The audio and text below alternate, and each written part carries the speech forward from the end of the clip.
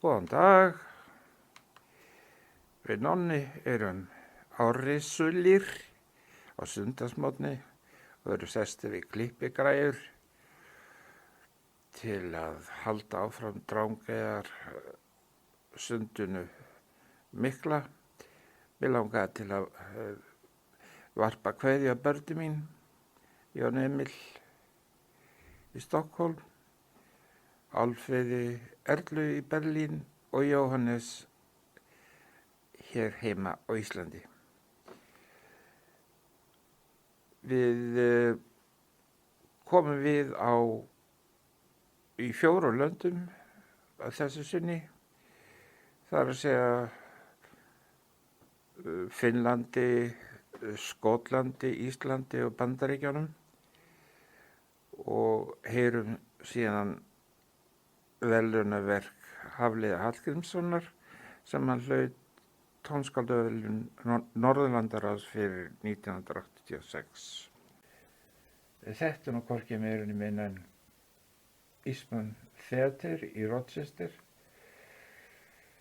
og ég hélt að ég væri búinn að segja eitthvað um þennan stað en þarna hélt ég marga tónleika, bæði kórtónleika, sinfoníutónleika og spilaði svo líka lokaprófið mitt á píanó fyrir litla dómnefnd þarna í salnum.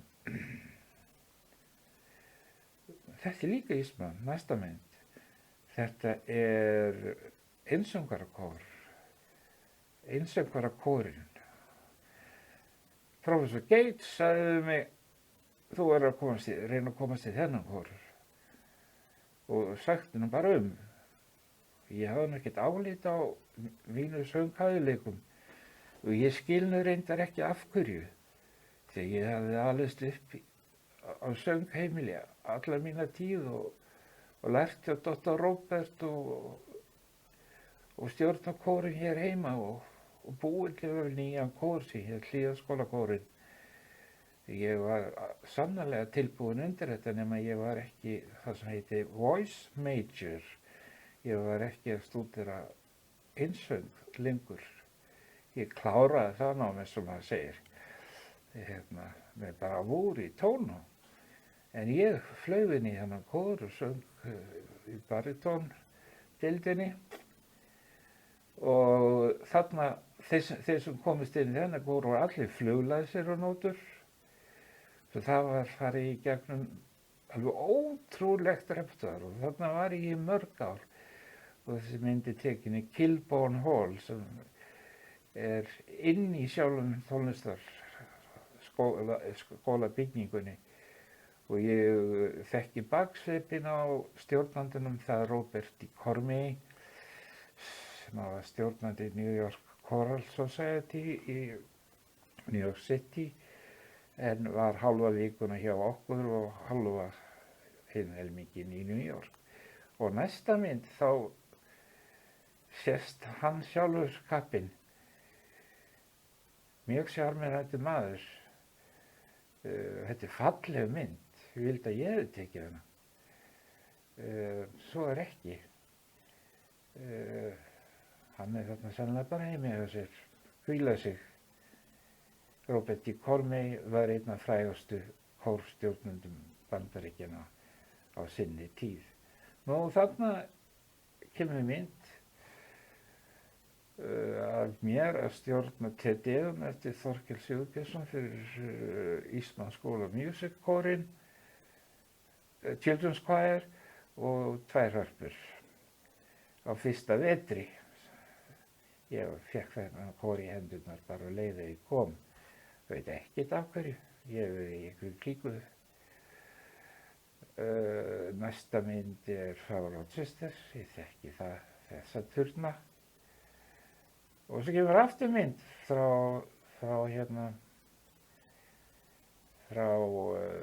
þessum tónleikum Eastman Children's Choir. Þessum við fluttum Te-Deum Þorkel Sigurbjörnssonar. Já, þetta er skemmtileg mynd. Þessi mynd er tekin hér heima í Árvogi. Ég hélt veislu þar sem ég bauð upp á tónskáldum mínum til samsætis. Og til hægri Gerald Shapiro, eða Shep, sem að Þorkell kynntist náttúrulega á Voyages tónleikunum. Hann kom, heyra frumflutning á nýju ljóðaverki eftir sig. Það var Linn Helding, ættuð frá Norge, sem söng það, og ég man ekki betur en ljóðið sé á ensku og sé eftir Guttormsson eða eitthvert fjallaskáld, en þetta var mjög fagurt verk fyrir sópran og strengi.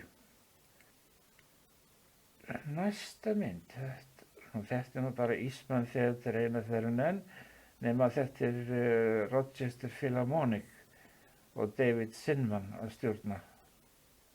Já, ég man eftir þessari mynd. Það var stutt að fara á æfingar hjá henni fyrsta árin og alltaf reyndar. Það var bara, maður gæti gengið inn á hverjum einasta morgni og vissi þá að hljómsveitin væri að æfa og hélt sína tónleika í Eastman Theatre. Og oftast var það nú David Zinman sem stjórnaði, en svo koma heimsfræðimenn. Ég satt allar æfingar sem Boulez stjórnaði með þessa hljómsveit. Ég satt allar æfingar sem Lucas Foss stjórnaði og Aaron Copland stjórnaði líka æfingum og tónleikum. Og svo mætti lengi telja. Og þetta alltaf mikill lærdómur að sitja í myrkrinu og hlusta með raddskrái í þess tilfelli, alltaf með raddskrái, því að það voru allar raddskráir í heiminum til í Eastman Library-inu, stærsta náttúrusafni í heimi. Næst kemur mynd af öðru vini mínum. Hann heitir Esa-Pekka Salonen. Við kynntumst hér á Íslandi. Ég stjórnaði á norrænum ÖNM-hátíð, stjórnaði ég 6 hljómsveitarverkum í Háskólabíói, og það nú einu lengstu tónleikar sem ég hef stjórnað, og allt var þetta í fyrsta sinn sem hljómsveitin spilaði þessi verk, og það var náttúrulega ekki stjórn Sinfoníuna sem bað mig að stjórna þessum tónleikum. Hún bað mig aldrei neitt. Heldur var það Snorri Sigfús Birgisson, skólabróðir minn úr Tónó-klíkunni. Hann var formaður ÖNM og bað mig að stjórna þessum ægilega löngu tónleikum, og þar á meðal var verk eftir Esa-Pekka sem var, ég giska á 80 cm há radskrá og 30 cm breidd. Mjög sérkennileg að sjá. Verkið alveg nýþungt, og ég hitti alltaf Esa-Pekka í kaffilíi, og ég bað hann að hjálpa mér, af því að hann hafði stjórnað þessu verki sjálfur, og hann sýndi mér ýmis tricks sem að komu sér vel á tónleikunum, og þar með urðum við vinir, og það er svo margar og langar sögur af mér og Esa-Pekka, og mér á Finnlandi, og mér að stjórna þá alla trissur fyrir hans orð og andra vina minna í Finnlandi. Þar á meðal stjórnaði ég tónleikum í Klettakirkjunni, eða hvað hann heitir. Kirkja sem byggð ofan í klöpp á hæð í Helsinki. Þar gríðarlega fagur hljómburður, þess að geta mannæri.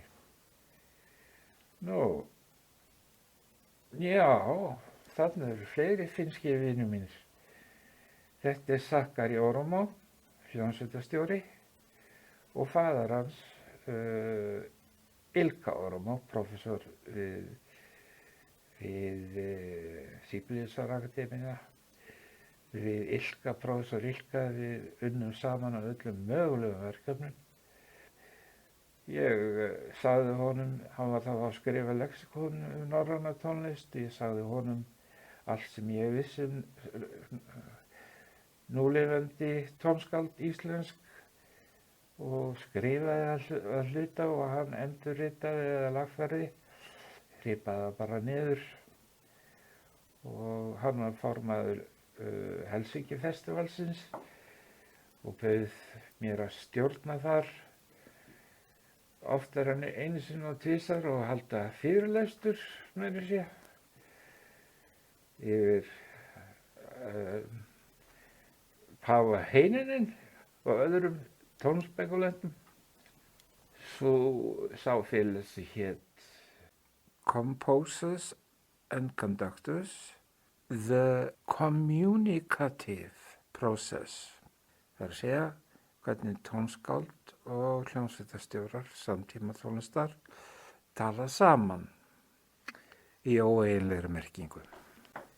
Og vakti nú töluverða athygli og Páfa Heininen var nú ekki óalega góður við mig. Ég svaraði honum bara hástöfum. Þess að kunna hann ekkert í ensku og gat ekki deilt við mig. Já, og þá kemur mynd sem að ég held að ég þekki strax. Já, best að segja Sakari Oromo. Hann spilaði með mér á tónleikum með Avanti hljómsveitinni, hljómsveit Esa-Pekka, sem var úrvalssveit úr Sibeliusakademíunni. Og hann var þá konsertmeistari og fiðluvirtuós. Og verkið sem við spiluðum hét Poemi og heitir Poemi eftir Hafliða Hallgrímsson. Og við það var allsherjar uppistand í salnum og það er þessi salur sem við erum að horfa þarna sem ég held að sé sænska leikhúsið við Mannerheim Katu í miðborg Helsinki eða salur sem er nálægt þessari byggingu. Og í því ferli öllu saman hitti Sakari Oromo mig með fiðluna sína á hótelherbyggi Hótel Vakuna við Járnbrautastöðina og við fórum í gegnum Poemi svona nokkra staði sem við þurfti að gaumgæfa. Svo pakkar hann fiðlunu niður og svo horfið svo á mig, hann var rétt rúmlega 20.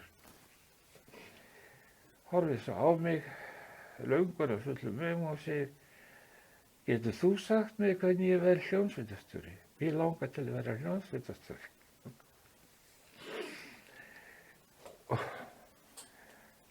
Ég tók þetta nú bara sem hóla því að við vorum þá að æfa með Avanti og hann var leiðari og spilaði þar og ekki innleik í Hafliða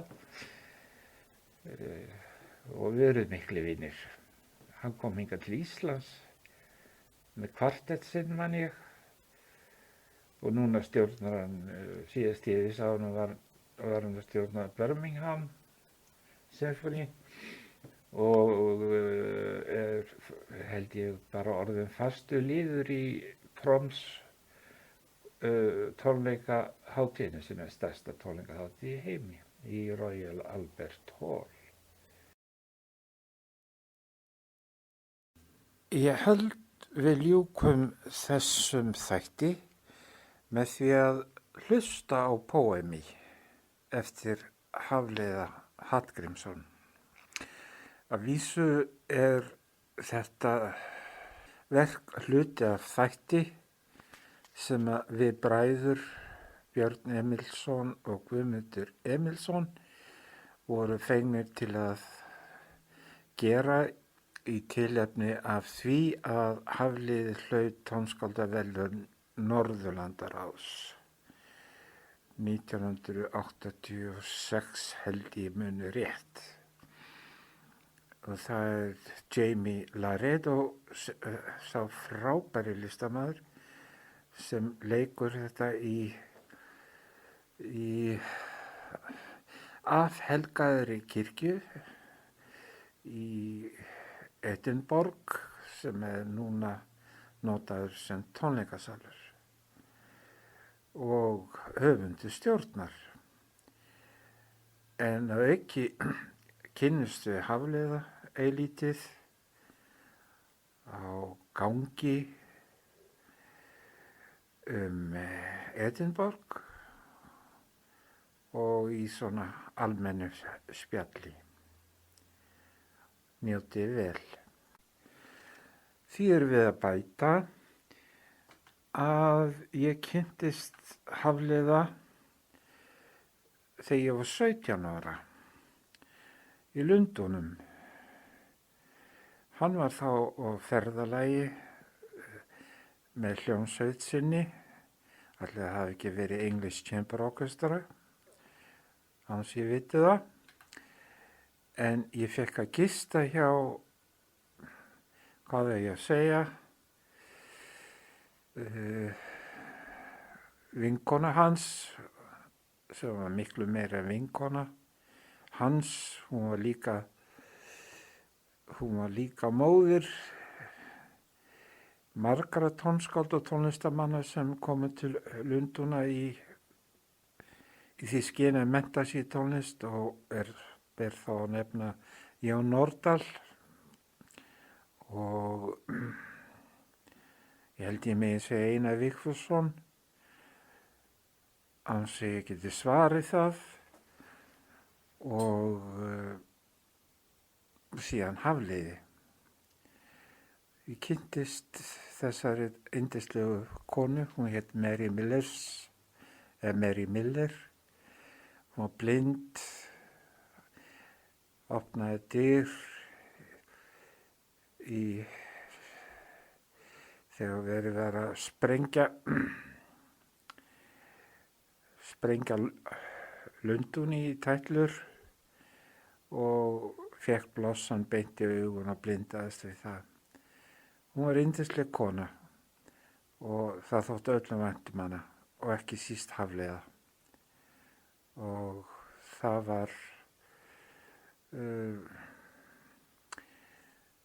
var fyrir mig alveg sérstök ánægja að gista á heimili hennar meðan ég var að ramba listasöfn og fara á tónleika og tónleika í Royal Festival Hall og svo framvegis. Því að fyrir utan að kynnast hann og kynntist ég myndlist Hafliða sem var svona upp á veggjum og ég áttaði mig strax á því þá 17 ára að þar færi mikill listamaður. Munum það, hann er ekki bara sellóleikari, tónskáld, hann er líka myndlistamaður á heimsmæli hvaða.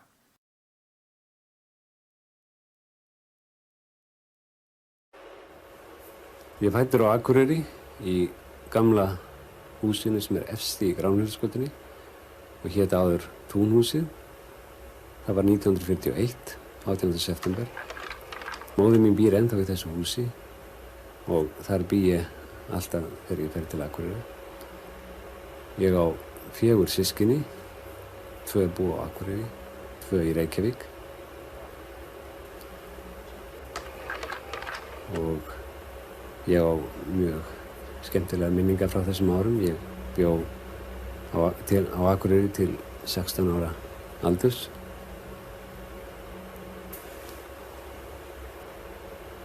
Gamla húsið, það er eitt af þessum vinalegu gamla húsum sem að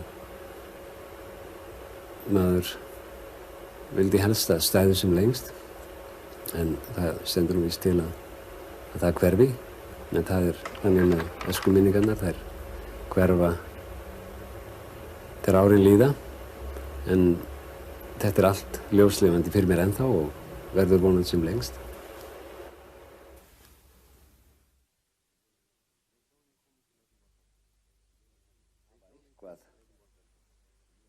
Við hjónin komum til Edinborgar 1977.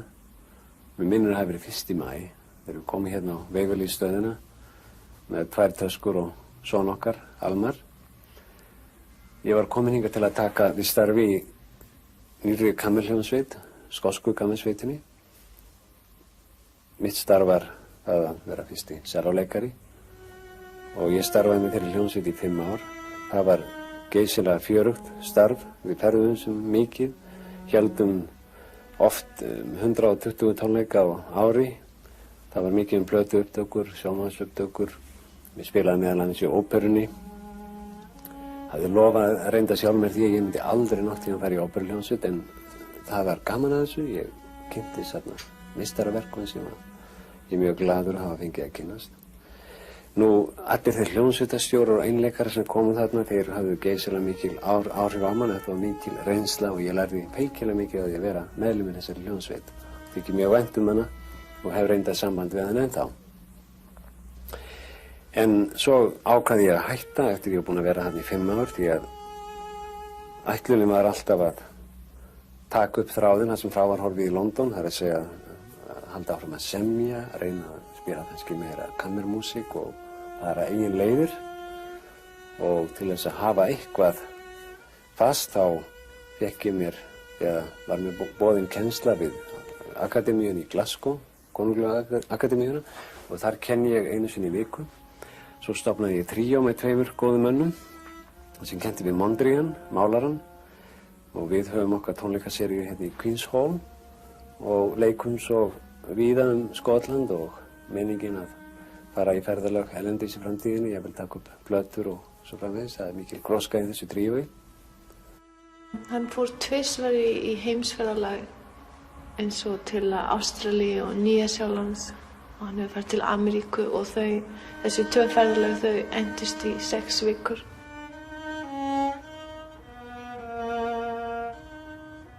Og það var líklega erfiðast að vera ein svo langan tíma.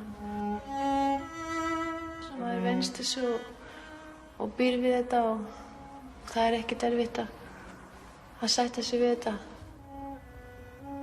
Það er gaman að taka þátt í því sem hann er að gera og ég hef mikinn áhuga í því sem hann gerir. Gaman að fylgjast með. Í skóla þá fann ég strax hvað ég hafði gaman að því að teikna og mála. Og það frelsi sem maður fékk strax í þeirri grein átti vel við mig. Í öðrum greinum þá fór maður eftir texta, bara blaðsíðu af blaðsíðu og kennarinn virtist kenna þetta eins ár eftir ár.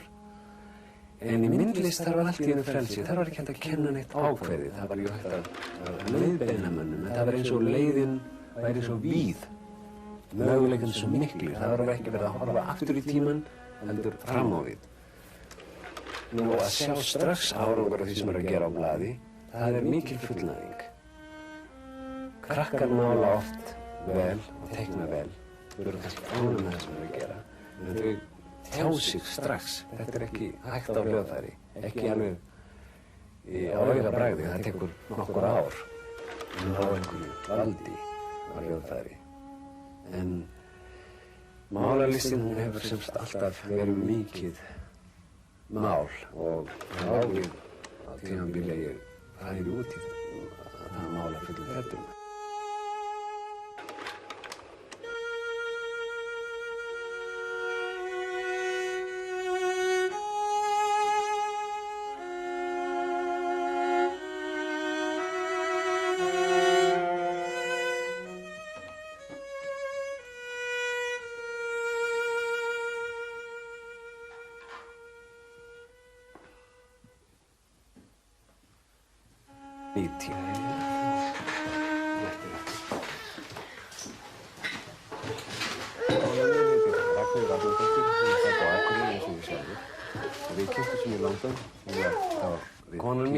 Ragnheiður Árnadóttir, hún er fædd á Akureyri eins og ég sjálfur hér í Edinborg og við kynntumst í London. Hún var duglegur kennari við píanónám. Við höfum 3 stráka. Hún kennir hér í Edinborg á elsti Almar, hann er fæddur duglegur kennari og er 11 ára. Við höfum 3 stráka, síðan fæddist Andri, elsti Almar, hann er fæddur í London seinna, hann er 30 ára og er 11 ára. Svo nýlega síðan fæddist Andri sem er töluvert löngu seinna, hann er 30 ára og svo nýlega Stefán Sölvi sem er 1 árs.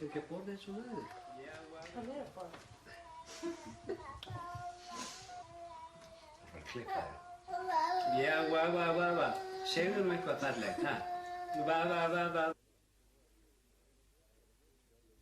Póemi hefur kannski orðið til þegar ég var strákur, það er aldrei að vita, því að ég var ástfanginn í fiðlunni alveg frá upphafi. Fiðlan hefur alltaf verið mitt uppáhalds hljóðfæri og mér hefur alltaf dreymt að skrifa stórt mikið verk. En það er svo einkennilegt með það sem situr í kollinum á manni kannski mjög djúpt og á rætur sínar aftur í æsku, að það kannski allt í einu kemur tækifæri mörgum árum seinna sem gerir það mögulegt að það er hægt að skrifa svona verk. Þannig að þegar skotska kammersveitin pantaði þetta hjá mér fyrir Jamie Laredo, að þá allt í einu opnaðist þessi möguleiki. Og ég fór að velta þessi möguleika fyrir mér á ferðalagi sem ég var með Jamie á hljómsveitinni í Ameríku. Þá sátum við nærri 10 mánuði í Greyhound Bus og eins og þú veist að þó að landslagið sé fallegt að þá er þreytandi að sitja og maður fyrir að reyna að hugsa eitthvað. Að semja var upplægt á þessum ferðalagi og þannig byrjaði verkið í raun og veru. Ég fór að hugleiða bakgrunn, hljómsveitin gat verið bakgrunnur og þetta kom heim og saman við hugmyndir sem að ég hef oft haft í sambandi við hlustendur og kannski myndrænt efni. Það væri ekki gott að tengja myndrænt efni tónlistinni þannig að fyrir hlustandana þá væri einhver saga á bakvið. Þannig að þeim liði betur ef þeir hefðu í huganum einhvern söguþráð. Því eins og Mahler sagði einhvern tímann að öll góð tónlist hefur að baki sér einhverja sögu. Allavega mér er sagt að hann hefur sagt það. Og það er mikið til í þessu. Síðan má gleyma sögun ef maður vill og láta bara verkið standa eitt. En í þessu tilfelli þá eru það 3 myndir eftir Chagall sem ég tók fyrir. Þær eru í safni í Nice, þetta eru stór og mikil olíumálverk og þau eru byggð á vissum atburðum úr Biblíunni. Fyrsti kaflinn fjallar draum Jakobs, þar sem hann velur sér stein, leggur hann niður, leggst á hann og sofnar og hann fer að dreyma þennan gífurlega mikla stiga þar sem englar ganga upp og niður. Og í þessari mynd er mikið af dökkum litum, mikið af bláum litum, brúnum litum og ljós kertanna að skína og englarnir sjást vel. Jakob er eldrauður á þessari mynd og hann liggur ekki, hann stendur. Þannig að þetta er mjög furðuleg mynd. En fyrsti þátturinn fjallar sem þetta. Annar þátturinn, hann er fórn Ísaks og það er dramatískur þáttur. Það er mikil einmanaleiki og örvænting í þeim þætti. En þegar að engillinn hefur kallað í hann í 3. sinn, það á sér stað samtal á milli þeirra og samfæstum að hann er nógu trúaður að þá verður ekkert af þessari fórn og þá kemur langur þáttur sem er mjög blíður og það er eiginlega Ísak og pabba hans að tala saman. Það er sóló, selló og fiðla. 3. þátturinn er svo mikil glíma á milli Jakobs og engilsins og sú glíma stendur alla nóttina og það er farið að það er eiginlega komin dögun þegar að engillinn sér að hann kemur ekki til að sleppa og til þess að sleppa þá brýtur hann mjöðmina eða augnakarlinn í Jakob og verkið endar þannig. Það byrjar á dýpstu nótu fiðlunnar og opnum G-streng og það er svo nóta sem kemur oft í sögu í verkinu og táknar eiginlega steininn sem hann hvílir á.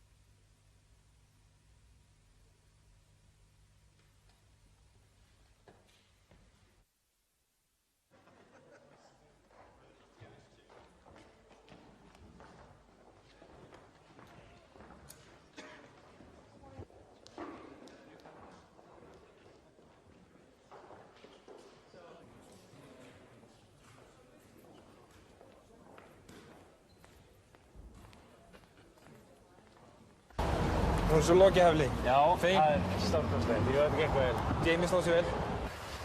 Var það erfið ákvörðun, Hafli, að snúa sér að tónskáldskap svona einverðungu?